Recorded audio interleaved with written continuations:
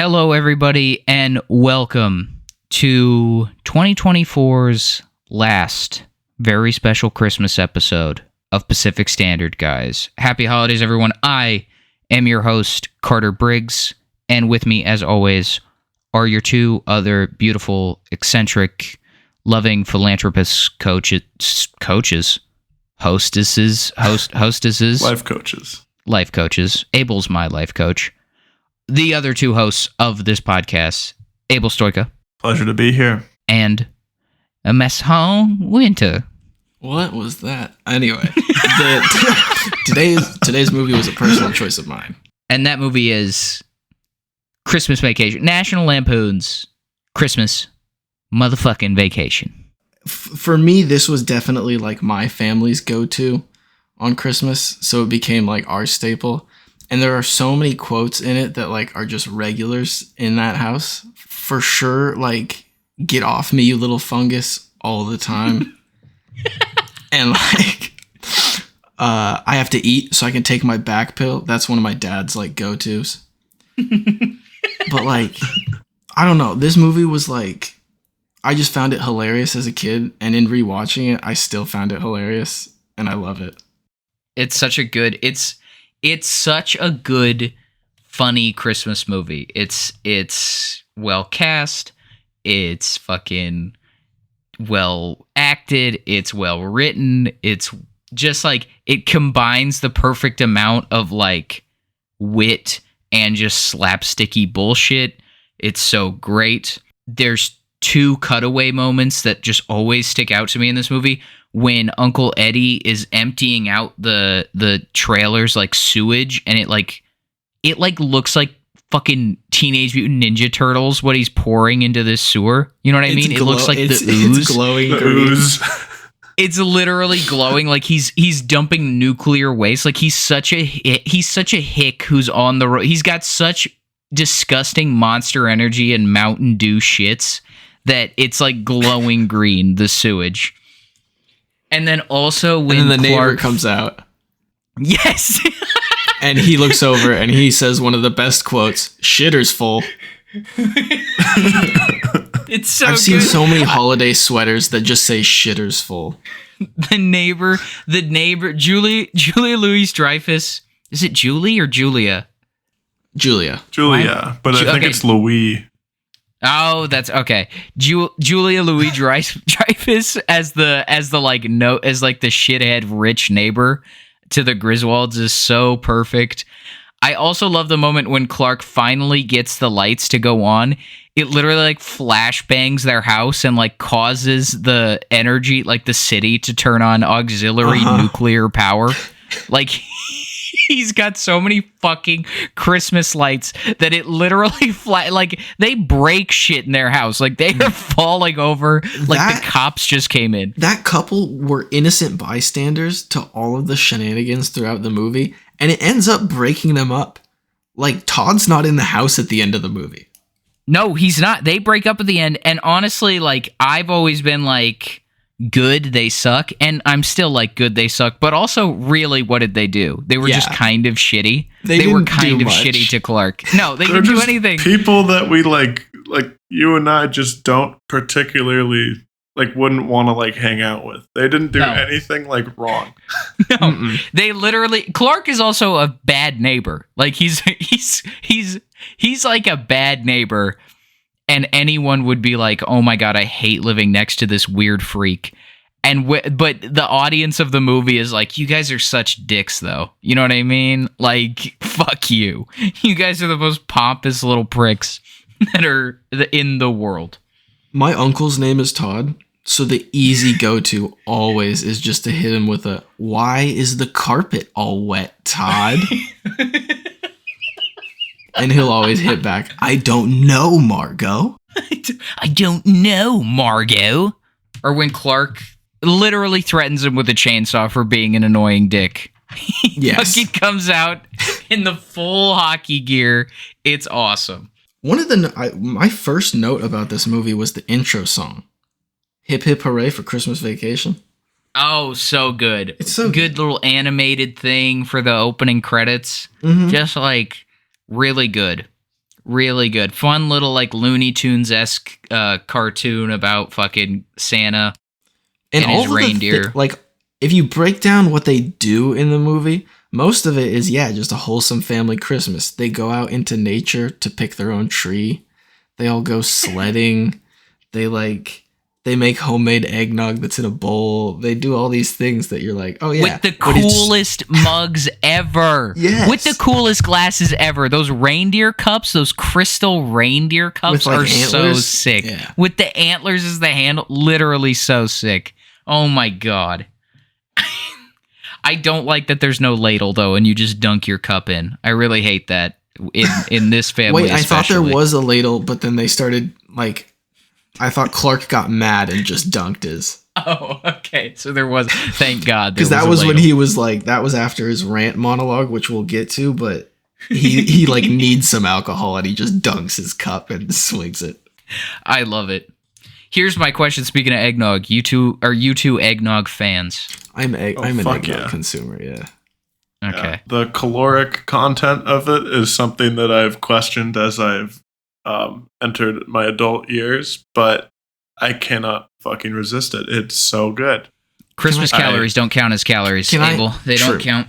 Can I confess to you guys something? What are you confessing? I love cereal. It's hard to put into words. No. How much. No. Hey, let me stop you before you confess. There was one time we had no milk, and I had to. What was the cereal? What was the cereal? I'm pretty sure it was Honey Nut Cheerios. Oh, that sounds so good. Because that's what we always had. No, it doesn't. No, I'll love it. Just to try it. As much as I love eggnog, it doesn't work. It's not good. No. Here's what would work. Here's what would work. Dense. It's too dense. It's like putting heavy cream in your fucking cereal. Whipping cream. 2, that's 1. 2, if you're gonna do a cereal, it can't be Honey Nut Cheerios. Honey Nut Cheerios is honey flavored. My mom would buy. I know, but I'm not blaming. I'm saying if you were gonna do it, you're gonna have to do it with Cocoa Krispies or Cookie Crisps. Are you hearing me right now? Maybe. Cocoa Krispies or Cookie Crisp? Cocoa Krispies. What am I, fucking British? Cocoa Pebbles. What's happening? And if anyone comes at me and says would Fruity Pebbles work? Take a long walk off a short pier. All right. No fruit flavored cereals. Cocoa Krispies is a real thing in America, right? It's just Rice Krispies. Cocoa Pebbles is Fruity Pebbles. Yeah. Yes. Cocoa Krispies is the fucking... Cocoa Krispies sounds good, too. Cocoa Krispies or Cocoa Pebbles would work. I like cornflakes. I bet cornflakes would go good with eggnog. If anything, would go good with eggnog. I love cornflakes. I'm just saying the ones that would go good with eggnog. I'm not saying my personal favorite sugary fuck you cereal is Captain Crunch. No berries. Fuck the berries right off. Did your dad ever try and tough guy you and look at your Frosted Flakes and be like, I used to put sugar on my regular cornflakes? No, my cousins used to do that. Bullshit. My cousins would go put sugar on their Honey Nut Cheerios. Oh, and I'd be like, what the that's what I'm saying. I'm like, how sweet could a thing be? You know what I mean? Like, why? It's literally fucking mental. Why? You just want the sugar. It's a mental because it's sugar. It doesn't make it better. Honey Nut Cheerios with milk with nothing else on it is sweet as fuck and it tastes delicious. Why do you need sugar in there? You don't need to add sugar because it can't get any sweeter. They've already added the sugar. Read the box. The sugar is added. The sugar is fucking added. All right? If you want to go, all right, I've got some fucking Kix corn, which also sweet as fuck. But if you want to put sugar on that, I'm like, maybe. Maybe for Kix. Maybe for cornflakes. Raisin Bran, for sure. For fucking Life cereal. No, because the raisins and Raisin Bran are basically sugar with raisin flavoring. But if you get down to the bottom of it or whatever, to the top where all the raisins are not, I could see it because the bran is a little odd if you're used to the sugary shit, you know? I mean, I guess, but also if you're into the sugary shit, what are you doing buying Raisin Bran? I don't know.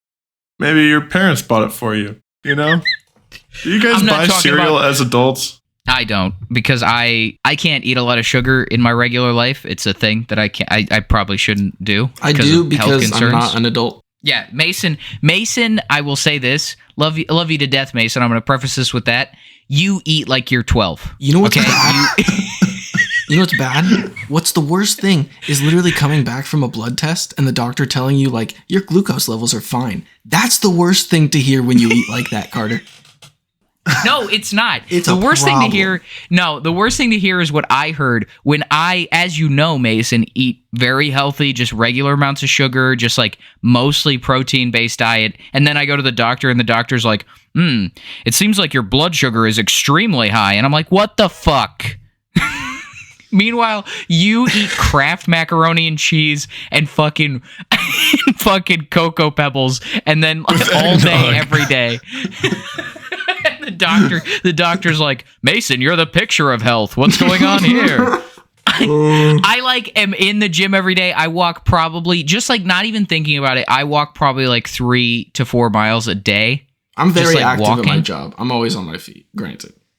I just like, and then I go to the doctor and the doctor's like, you're going to die in 12 years. And I'm like, that's fucking bullshit. Why? What movie were you talking about? Christmas Vacation. And there's 2 moments that made me laugh very early in the movie. Yeah. One is like the rapid fire humor that's like reminiscent of like what would become Vince Vaughn later. But he's like shaking hands with all the corporate guys and he's like, Merry Christmas, kiss my ass, kiss his ass, kiss your ass, Happy Hanukkah. It's great. That whole boardroom sequence is so good. And then when he's like setting up the Christmas lights, do you remember when he like climbs up the ladder and it like collapses and just slides back to the ground? Yes. And he lands on his feet. 'Cause he doesn't. What made me laugh out loud was he quickly looks like to his sides to see if anyone saw that. He was like, am I clear? Did anyone see that? Can I just keep going about my normal business? I have done that in, not the ladder thing, but I have done that in real life more times than just like something like slightly embarrassing happens and you just look around and you're like, You do the quick okay, check, yeah. I'm on my own. You do the quick check. You just look around and you're like, oh, okay. I did that at the gym the other day. I was Perfect scenario. trying out like a piece of equipment that I hadn't tried before. It was like it's like the bicep curl thing where like you rack the weights onto the bar. And I haven't really done that before. So I just kind of put on similar weights that I would do for the like dumbbell curls. And then I forgot And then that the both bar your weighs them biceps out. popped. And I just couldn't fucking lift it up. And I like looked around and I didn't even look around. I'm just like, damn, well, everyone's very accepting here, I hope, because looks like there's a dumbass that also works out at your fucking gym. I just struggled over here for about a 30-second span and then I had gave to up. rack it up. Like I literally couldn't get it off the fucking thing. And I felt like an idiot. I couldn't tell if it was like my stance or whatever. But I just gave up and I had to wipe down the machine after not even lifting the fucking thing once. And I was just like, I'm not doing that. I'm doing something else. Me and Abel, we went to school at Washington. Well, Mason too, but Mason didn't go for the full 4 years. But we all went to school at Washington State University, Are which we is in doxing Pullman. ourselves? Whoa. No, years ago. Anyway, we went to college in Pullman, and as you guys know, the winters in Pullman get cold as fuck, and the streets get super icy, right?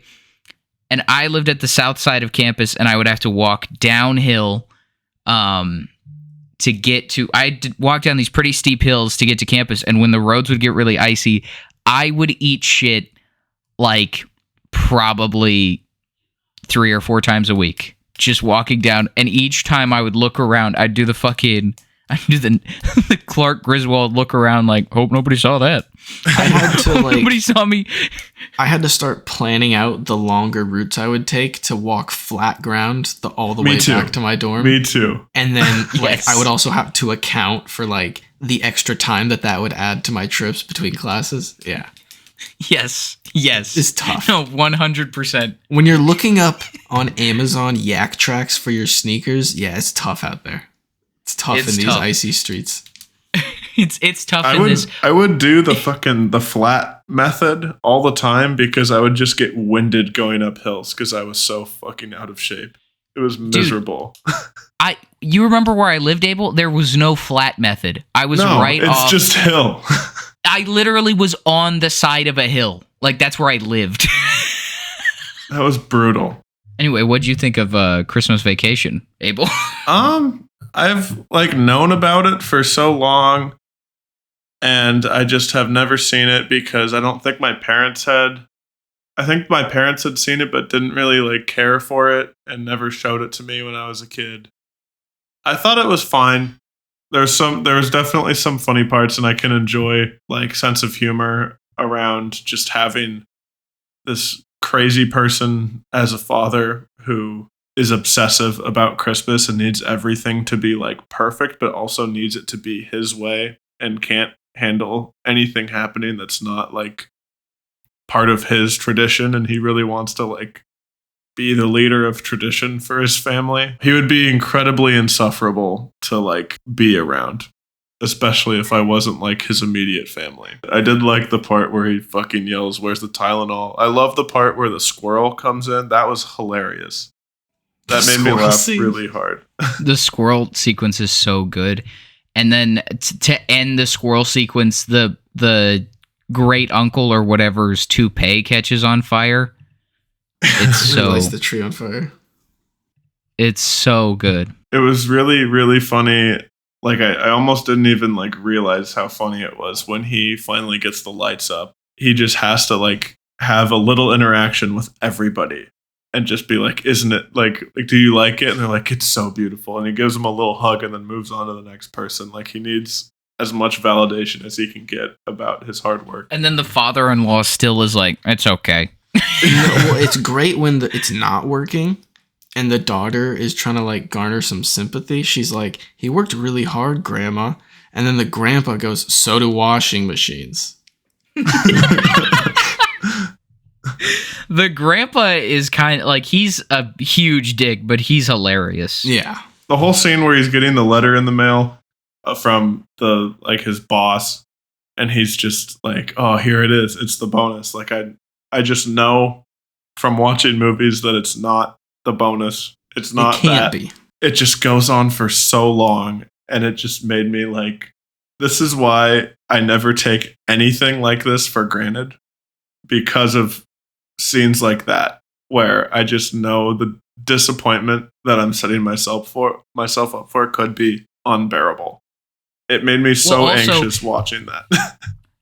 Shout out to a time when a company giving you a Christmas bonus was like the expectation. You know what I mean? Like a company just giving you money as a gift was the expectation. And it was such an expectation that the wife of the CEO, when he goes, I didn't give Christmas bonuses this year. She's like, "That's scummy." She's like, "What the fuck is wrong with you?" After her husband's been like kidnapped. It's so good. I love the part where time. all of a sudden it's just like I'm watching someone play Siege.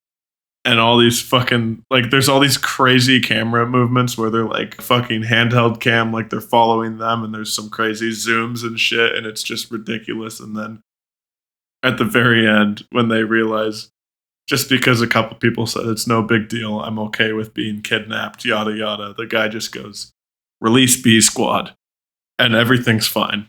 That can't be how things are done. Like they would all be getting questioned for like hours. And of course, the neighbor has they would have all been breached. Shot. Yeah, no, that was the best swatted. part. That was the most accurate part. Is when the cops just like invaded someone who wasn't involved's home. They just fucking because she thought it was Todd. Yeah, she was like, "Don't fucking come in." And then the cops were like, "We're coming in. We're coming in, and we're gonna break everything in your fucking house." Real talk. Yeah, that is the most accurate thing. I had a situation in college where someone shot a bullet into my apartment. I wasn't there. It's fine. I think it's pretty funny. But I got a call from the police, and they were like, "Hey, we gotta get this bullet out." And I was like, "Sure, go the fuck ahead. Who cares?" And when I came back, my apartment was kind of fucking trashed. Like, they fucking trashed my apartment getting a cabinet door with a bullet in it. You weren't worried about them finding all your drugs? Well, that's what he was like. He was like, we don't have a warrant, so we can't legally check for any criminal activity. And I was like, in my college, dude, it's fine.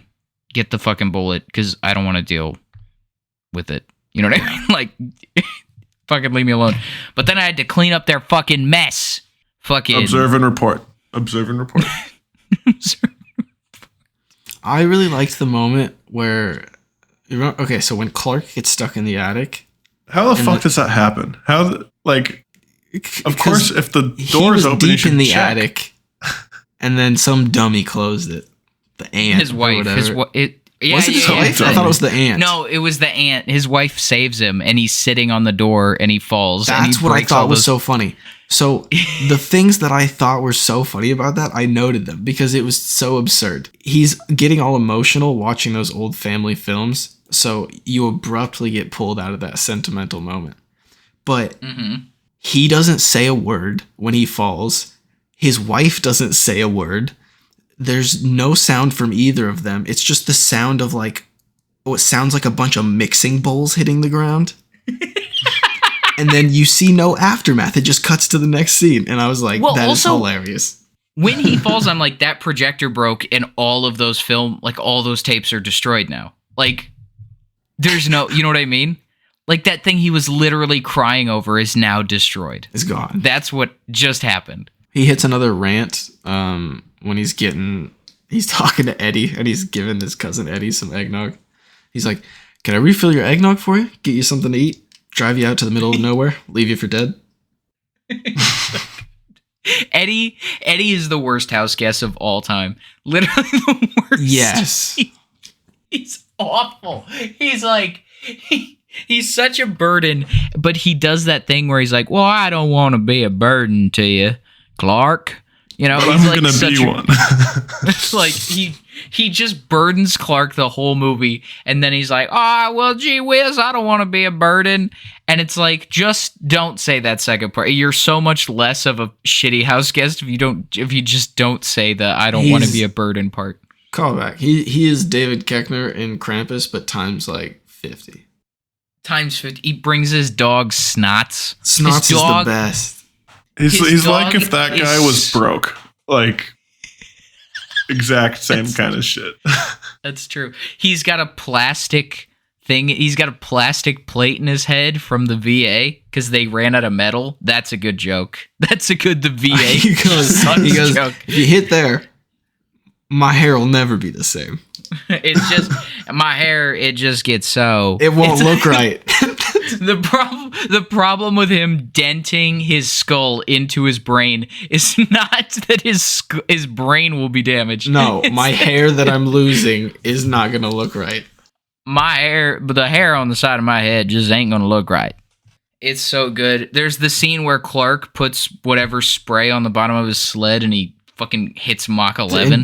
Like they talk about it earlier in the movie, but like the industrial lubricant spray that they invented. And then he's like, yeah, let's whip this out for Christmas. Let's fucking whip this out for sledding. And to be fair, it's the dopest sled ride of all time. Oh, yeah. It's so sick.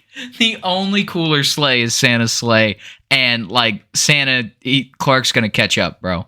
Once Clark puts some wings on that bitch, it's over for you, man. Speaking of Santa's sleigh, when they're talking to the kids about seeing Santa's sleigh, and Eddie leans forward all serious. You serious, Clark? No, it's good. It's good. That's a good bit. This has another very like developmental scene for me, and I don't know if it was developmental for you as well, Mason. The pool. But the Melikalikimaka scene. Dude, that's where I know that song from, and it's such a jam. It's so good. It's one of the best Christmas songs. And like that whole sequence in the mall when he's talking to that woman is so funny because like his wife is too good for him. We all know this. And like he should just be lucky to have her, but here he is flirting with this lingerie saleswoman, right? Or it was lingerie, right? Yeah. And she starts like showing him her underwear and shit, and he's like stammering the whole time. Yeah, and then his son comes up. It's so embarrassing. He's like, you can't even see the line, huh, Russ? And he's like, no, you can't even see the line. And then he's like, oh. Russ, you can't even see. It's so good. And then he's like fantasizing about her out the window on his planned pool that he's gonna buy with his Christmas bonus money. It must be so easy to be a boomer, dude. And then his niece walks in and like spooks him out of it. And then he has to like sit her down and talk about Santa. And he's like, "Are you nervous or excited?" And she's like, "Oh, shit and bricks." So you can see where Eddie rubs off. Also, yes, it's also such a good... That Mela Kaliki scene is so good because Clark is such a loser that his fantasy about the lingerie model that he was stammering all over is that she does a striptease by the pool. That's his ultimate fantasy. I like how like in movies... Have you guys seen Fast Times at Ridgemont High at all? I have to, though. No, but I've been told I look like a character. I think. Is it Sean Penn? I don't know what you look like, so... Let me see. That's the only character I can think of from that movie. Yes, it is Sean Penn. God damn it. The stoner. I've been told I look like Spicoli. It's pretty funny. There's just a scene that's exactly like this one, where there's like a character daydreaming about a pool party where there's this girl that's like strip teasing. It's the exact same scene. I don't know. This was just like a thing that they did in the 80s. Like, just had like... For sure. Instead of like nowadays, there's just sex scenes in every movie. I was going to say, it wasn't TV acceptable, show. I feel like. Yeah. So this was as hard as you got, was just like have a crazy song playing and just have someone get almost naked on screen. Show you a little nipple, maybe. Plus, with that, you can still maintain a PG-13. Yeah, which is like, I don't know, dude. I don't think nipple flies in PG-13 anymore. Like, I don't think there is any nipple in it. It cuts away. I saw nipple, and they have nipple in Well, you were looking Titanic. at Abel, because I didn't see any nipple. Abel's like pausing it. I've seen this movie once. You guys didn't even see the nipple. Because there's no nipple. Do you know how many times I've rewound that scene, Abel? It's maybe I'm watching it on a projector screen onto a shower curtain. That's my setup right now. Your fiance was taking a shower and she's like getting out and you're like, "There's nipple in this scene." Oh, she was there.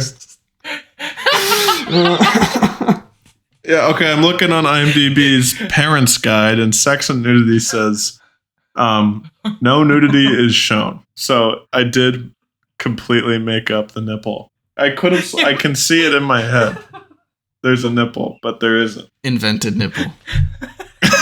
Imagined nipple. I'm dying. I'm fucking dying right now. I know it's not, is it pointed at a shower or is it just a shower curtain? No, there's a shower curtain in the middle of the room, actually. It's not even on a wall. The room is like two rooms without like a wall between them. And it's right where the wall should be. There's like an archway and we have a shower curtain pointed. It's like hanging down. And then we have the projector behind it and then the couch on the other side. And my desk is right underneath the archway where the projector goes. It's a crazy setup right now. It's crazy. Our entire apartment is basically furnished with Facebook Marketplace freebies. Nice. That's how you do it. Yeah. Most of my apartment is furnished with shit I found outside the complex. And then you go to like see, okay, furniture can't be that expensive because I got all this for free, right? It's so fucking expensive. Yeah, it's fucking We are insane. Birds. Could get a fucking car. Gathering things from our surroundings to decorate our nest. To make our nest. My nest is decorated with this white shitty dresser that I found on the street. I found an entertainment center on the street. It's fun. That's awesome. I only the desk I have furniture right now to hold up my computer and my TV. Yeah, that's why men have furniture. That's to sleep on. For essentials. To sleep, to work, and to game. To watch. Sleep, work, and watch. It's the best monologue. It's at the end when Clark finds out that his Christmas bonus, which, come on, boomers, are you serious? But he finds out his Christmas... Clark has been stressed over the entirety of this Christmas, not just because his family's over, but he already put money down on a pool for his family. And he's relying on this bonus. Yeah, on this bonus. Like, because it was the expectation back then that you got the bonus.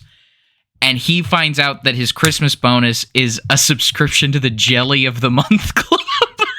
He's like, oh, I've got raspberry on the way. Fuck me. Oh my God. And he delivers one of the greatest monologues of all time. He loses it. I have it written down. I have it. I have the script here. Do you want to deliver the monologue, Mason? You're welcome to. Because I've got the other characters lined up. All right, okay. I'll give half the monologue. Okay, so start with what you want to tell him.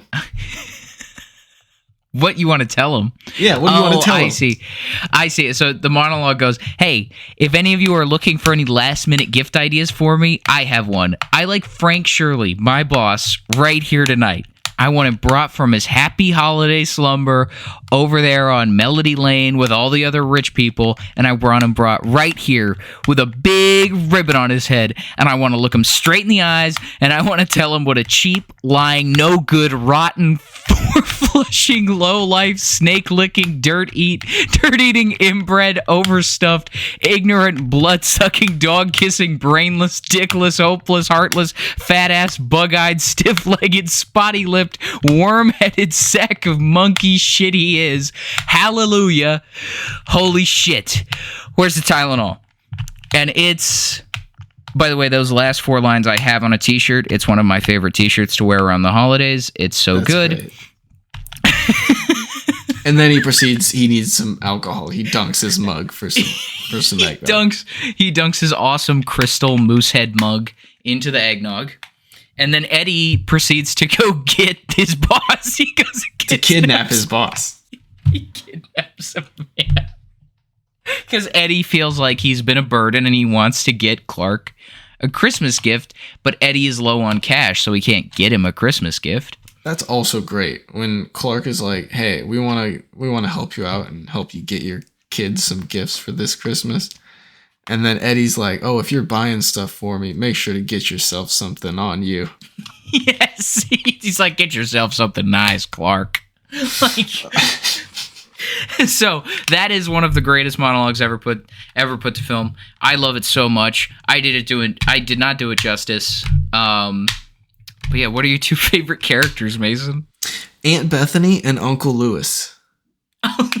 Dude, she just has quotable lines out the fucking ass. She shows up and the whole house is lit up like a Christmas tree, and she goes, "Is your house on fire, Clark?"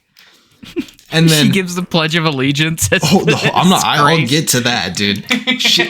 Because one of the quotable lines I'll say all the time because it just doesn't make any sense when you quote it out of context, but just, "Don't push me down, Clark." I say it all the time.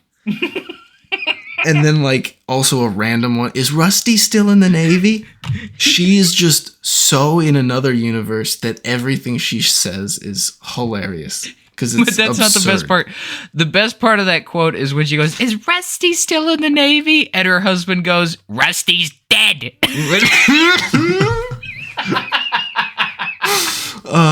She goes, "Oh dear, did I break wind? Did the room clear?"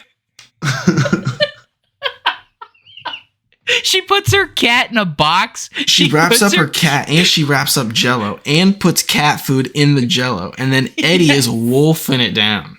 The intro to the squirrel scene, though, that Abel loves, when she is like hearing something, and then Uncle Lewis is like, "You couldn't hear a dump truck driving through a nitroglycerin plant." A nitroglycerin plant is such a pull. It's such a pull, dude. It's so good. He's a vet for sure. That's the loudest fucking thing you could hear. Is a dump truck driving through a nitroglycerin. And then, yes, Carter, you brought it up. The best is not only when they go to say grace at the dinner table, does Aunt Bethany start reciting the Pledge of Allegiance, and everyone just joins in because why not? After the turkey explodes from being too dry. But then, to cap off the movie, when the sewer fucking explodes, she also gives the Pledge of Allegiance again, and the cop is even like... As whatever... What is it the tree that's like, oh no, it's the Santa's sleigh decoration, and it's like streaking across the sky. Yeah, the toxic sludge finally fermented enough in the sewer that the bomb in there went off and sent this Santa sleigh decoration skyward. She starts singing the Star Spangled Banner. and then play ball. Play ball. It's so good. This is such a good fucking It's such a good movie. It's so good. It's actually so good. The ending is great. Clark gets his Christmas bonus and he's like, everybody come during spring and for Easter and we'll try out the pool. Even though every one of he hates everyone in his family except for Eddie his wife. added in the middle of the movie too. He goes, Clark, I can't swim. And he goes, I know, Eddie. I know, Eddie. I know, Eddie. That's why I want you to come, dipshit. It's so good. It's such a good movie. If you haven't seen it, if you need Christmas laughs, if you need laughs, fuck Christmas laughs. True. If you need to laugh, fucking watch this movie. Well, there's other National Lampoon's movies. I guess they're not all as great, but they're not. I actually have only seen one. I've only seen the Vegas one. Yeah, it's fucking. It's great. This movie's great. It has my favorite monologue ever put to film. It's so good. Mason, do you have anything else? A 5. I will kill you with a gun. 5 on a bad day, 6 on a good day. Explain yourself. This is tragic. It was funny. In some parts, I will. Maybe if I want to watch it again next year for Christmas, then I might watch it and I might like it more. Abel is the Oscars, man. I thought it was fine. I don't know. It was overhyped. Overhyped? Yeah. You're insane. You're insane. A 5. That's an F. That's not the same scale, man. It's the same scale. It's a 10-point scale. All right, it's a 4 with that attitude. No, just joking. No. Just joking. Only jokes. We're talking about scales. It's a 10-point scale. We'll go up to a 6. Oh my god. Is this going to be what happens with you when we do comedies? You're just going to give it a 6 because it's not fucking... Is this what internally bleeding feels like? I thought it was strong. Yeah, it was fine. It was good. What? What? What is happening? This is just what's going to be what happens whenever we watch a comedy. Didn't you give Krampus a 6? I gave it a 5. I swear to God, if you give Krampus in this movie the same score, I'm going to freak out. Are you serious right now? I didn't. I just said, okay. I gave Krampus a 5. I give this a 6. I might like it more if I watch it again. Well, we've heard Abel's review. Abel is the Oscars, everybody. He hates action and he hates comedy. Listeners, this is what you can expect. This podcast I got myself out of the way. Now you guys can gush. I'll be honest that I sensed it coming considering how little Abel was chiming in with certain moments. I was like, I don't think he really liked this that much. That's true. Fucking I also haven't seen this every year, you know? I bet if I watched this instead of Elf, as many times as I've seen Elf, I probably would like it a lot more, you know? I watched Elf too, but every year that I watched Elf, it felt like it got older and older, and this just got better and better. And this was the path I went down. This one, you see more bits. More bits present themselves as you watch it for the 50th time. The BPM, the bits per minute on this movie is just higher. It's insane. It's 10. It's like a 10 BPM. It's so good. I'm giving this a 10. Like I could see myself like coming back around to that. He kind explodes of shit, and he is losing his mind debatably after he gets his bonus, and he's going wild with a chainsaw to salvage a tree for his family, and just a throwaway while he's walking down the stairs, he just checks the banister of the stairs and it's wobbly, and he just saws it with the chainsaw, and just problem solved. They set that bit up earlier when he puts his hand on the banister and it falls off, like the top falls off. It's so good. Mm-hmm. Yeah, I'm giving it a 10. It's a 10. It's the perfect Christmas comedy movie. It does everything it's supposed to do. It is everything it's supposed to be. It's great. It's amazing. I what you got? have to second it. I have to second it. We'll save this. 10 squared. But you know what's crazy is that with that 6, this is like a B average. We just gave this movie a B as a group. So I'm giving this a 12 out of 10 because this is no. That is a B. That's an 86. That hurts. Yeah, Yeah. A B. You gave it a D, you son of a bitch. So That's not. No, I'm just saying he's complaining that a movie got a B. He says a B's not good enough. You know? No, not for this this movie. Yeah, we're saying this and movie's we're in an A. agreement. I'm fine with the B. I will take a B. You gave it a D. Yeah, I know. So why don't you guys just fucking take it? You know? Come on, get real. This is the end of the pod. We hear no more episodes. We're just saying with some discourse. We're just adding some discourse to the equation, Abel, and you're wrong. Your opinion is fucking factually incorrect. Wait, Abel, you haven't seen Uncle Buck, right? No. I'm nervous. He's gonna hate. He's gonna hate Uncle I'm Buck. so scared. No, He's the great gonna outdoors. hate it. He's gonna hate it. Oh. He hates John Candy. Okay. That is you're defaming me right now. Well, are we? You're slandering me. Defamation and slander, as you know, has to be false. It has to literally be untrue praised information. John Candy in the Home Alone episode.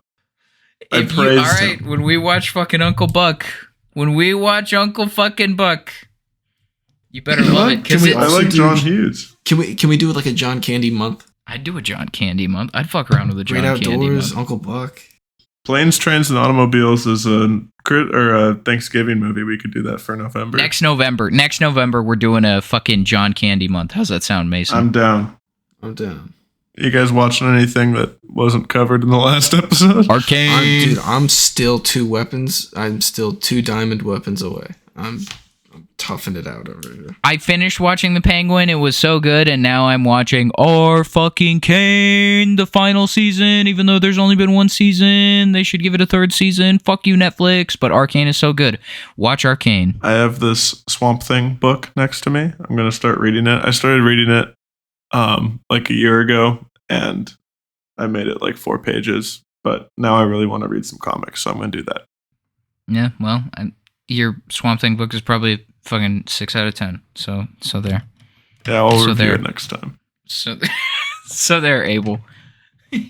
Anyway, thanks for listening, guys. We'll see you next week. Merry Christmas.